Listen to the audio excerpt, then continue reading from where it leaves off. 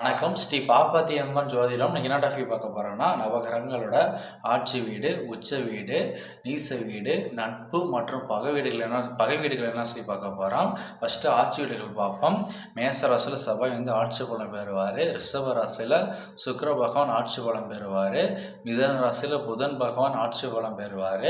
கடக ராசியில் சந்திர பகவான் ஆட்சி பெறுவார். சிம்ம ராசியில் சூரிய பகவான் ஆட்சி பலம் பெறுவார். கன்னி ராசியில் புதன் ஆட்சி பலம் பெறுவார். துலாம் ராசியில் சுக்கிர பகவான் ஆட்சி பலம் பெறுவார். விருச்சிக ராசியில் செவ்வாய் பகவான் ஆட்சி பலம் பெறுவார்.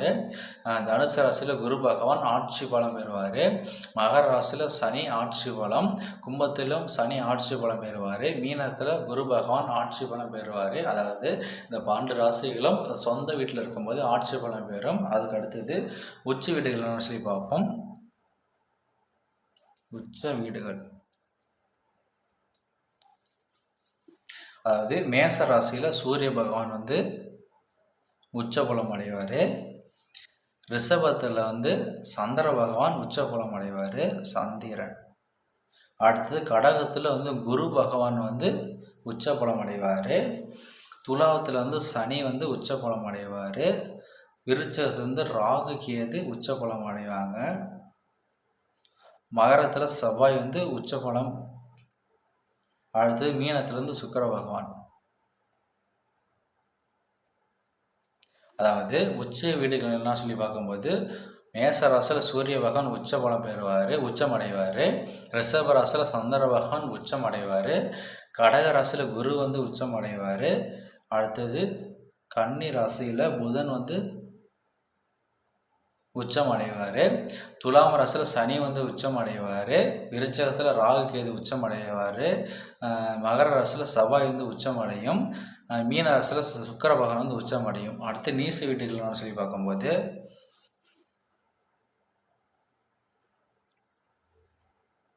அதாவது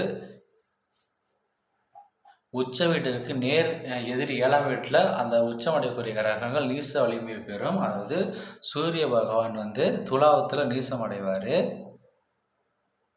சூரியன் துலாவத்தில் நீசம் அடைவார். சனி மேசத்தில் நீசம் அடைவார். சந்திரன் விருச்சகத்தில் நீசம் அடைவார். ராகு கேது ரிஷபத்தில் நீசம் அடைவார். ராகு கேது. அடுத்தது குரு பகவான் மகர ராசியில் நீசம் அடையும். குரு மகர ராசியில் நீசம் அடையும். செவ்வாய் கடகத்தில் நீசம் அடையும். அடுத்து புதன் மீன ராசியில் நீசம் அடையும். சுக்கிர பகவான் கன்னி ராசியில் நீசம் அடையும். அதாவது ஒரு கிரகம் உச்சம் அடையக்கூடிய வீட்டுக்கு நேர் எதிரி வீடான 7ஆம் வீட்டில் நீசம் அடையும். அதாவது சூரியன் மேசத்தில் உச்சம் அடைவார், துலாவத்தில் நீசம் அடைவார். சனி துலாவத்தில் உச்சம் அடைவார், மேசத்தில் நீசம் அடைவார். அடுத்தது குரு கடகத்தில் உச்சம் அடைவார். செவ்வாய் மகரத்தில் உச்சம் அடைவார். குரு மகரத்தில் நீசம் அடைவார். செவ்வாய் கடகத்தில் நீசம் அடைவார். அதுக்கு அடுத்தது புதன் கன்னிராசியில் உச்சம் பெறுவார்.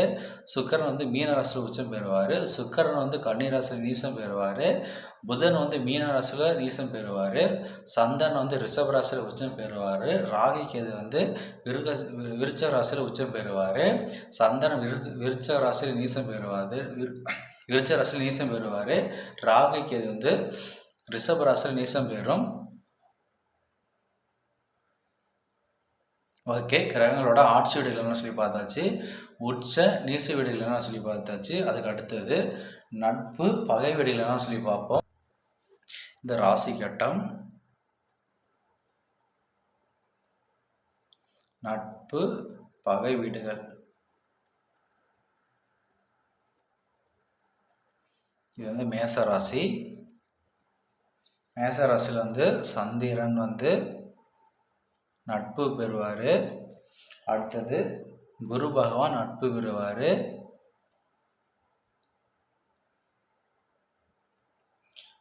புதன் சுக்கிர பகவான் சம வலிமை பெறுவாங்க. ராகு கேது பகை.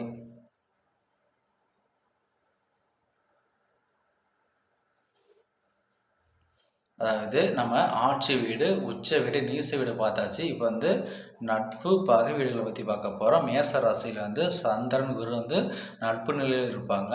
புதன், சுக்கிரன் வந்து சமநிலையில் இருப்பாங்க.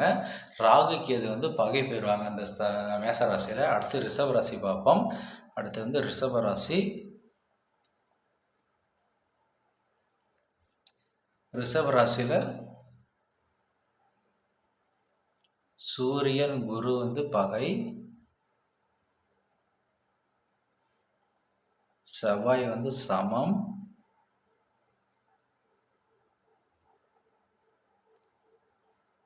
புதன், சனி வந்து நட்பு. அது ரிஷப ராசியில் சூரியன், குரு இந்த 2 கிரகங்களும் பகை பெறும்.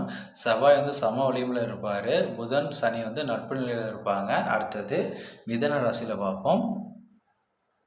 மிதன ராசியில் சூரியன் வந்து சமம்.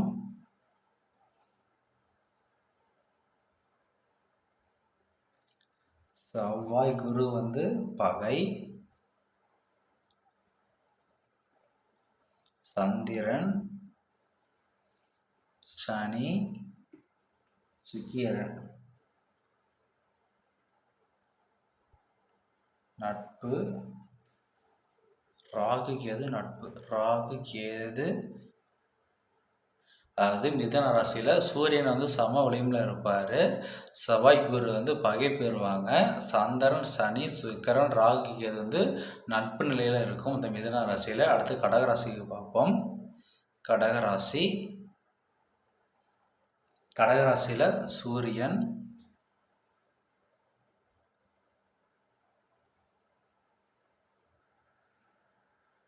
கடகராசியில் இருந்து சூரிய பகவான் நட்பு நிலையில் இருப்பார். புதன், சுக்கிரன், சனி, ராகு, கேது இந்த கிரகங்கள் வந்து பகை நிலைமையில் இருக்கும். அதாவது கடகராசியில் சூரியன் வந்து நட்பு நிலைமையில் இருப்பாங்க. பகை பெறக்கூடிய கிரகம் என்ன சொல்லி பார்க்கும்போது புதன், சுக்கிரன், சனி, ராகு, கேது. அடுத்து சிம்ம ராசி பார்ப்போம். சிம்ம ராசியில் சந்திரன், செவ்வாய்,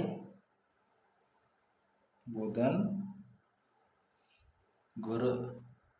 சந்திரன், செவ்வாய், புதன், குரு இந்த 4 கிரகங்கள் வந்து நட்பு நிலைமையில் இருக்கும். இந்த இடத்துல வந்து சனி, சுக்கிரன், ராகு, கேது வந்து பகை பெறும். அதுக்கு அடுத்தது வந்து கன்னி ராசி.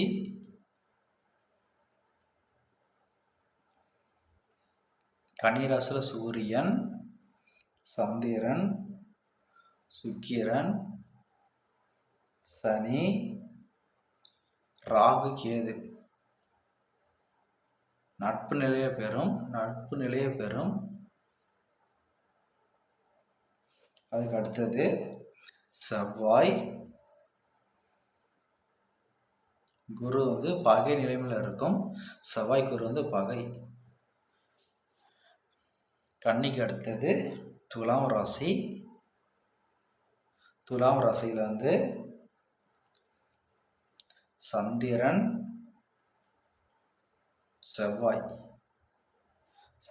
வந்து சம வலிமையில் இருப்பாங்க. புதன், ராகு, கேது நட்பு நிலைமையில் இருப்பாங்க. குரு வந்து இந்த இடத்துல பகை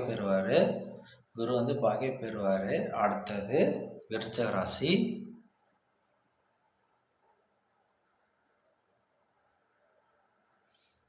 விருச்சிக ராசியில் சூரியன், குரு வந்து நட்பு நிலைமையில் இருப்பாங்க. அடுத்தது புதன், சுக்கிரன் வந்து சமம். சுக்கிரன் வந்து சமம். சனி வந்து இந்த இடத்துல பகை பெறுவார். அடுத்தது தனுசு ராசி. தனுசு ராசியில் சூரியன், சந்திரன், செவ்வாய், ராகு கேது வந்து நட்பு நிலையில் இருப்பாங்க.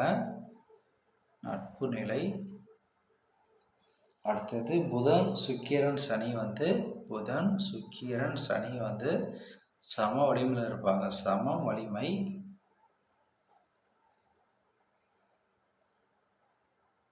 அதுக்கு அடுத்தது மகர ராசி. இந்த இடத்துல வந்து சூரியன் வந்து பகை பெறுவார். சூரியன் வந்து பகை. சந்திரன்,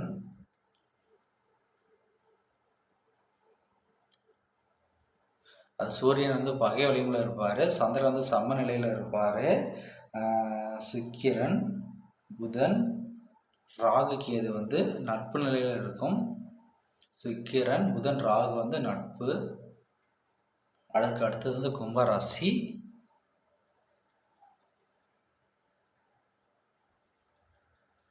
கும்பராசியில் சூரியன் வந்து பகை.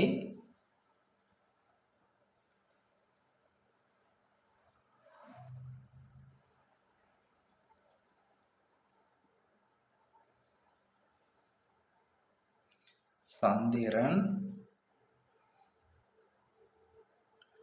செவ்வாய், குரு வந்து சம வலிமையில் இருப்பாங்க. சம வலிமை. அடுத்தது சுக்கிரன், புதன், ராகு கேது வந்து நட்பு நிலைமை. அதுக்கு அடுத்தது மீனராசி. மீனராசியில் சூரியன் வந்து நட்பு. சந்திரன் வந்து சம வலிமை. சந்திரன், சூரியன் சந்திரன் ரெண்டுமே நட்பு நிலையில் பெறும். சூரியன், சந்திரன், செவ்வாய் இந்த 3 கிரகங்களும் நட்பு நிலைமை பெறும். சனி வந்து சமம். ராகு கேது நட்பு.